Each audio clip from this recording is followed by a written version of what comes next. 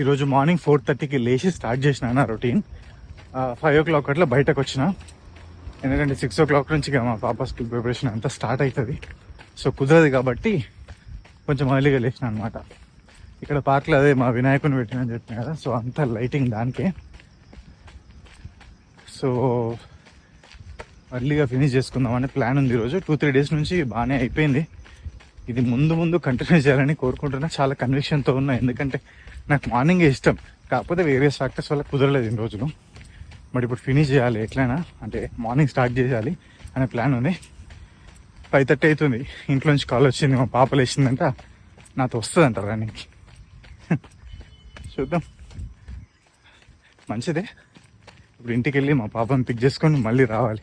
So ఎట్టకేలకు వచ్చింది మా పాప, ఇంటి నుంచి తీసుకొచ్చిన.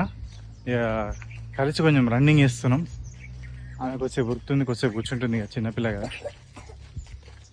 సో మార్నింగ్ లేచి కొంచెం ఒక ఫిట్నెస్ అనే ఐడియా ఇన్కల్కేట్ అయితే బాగుంటుంది కదా.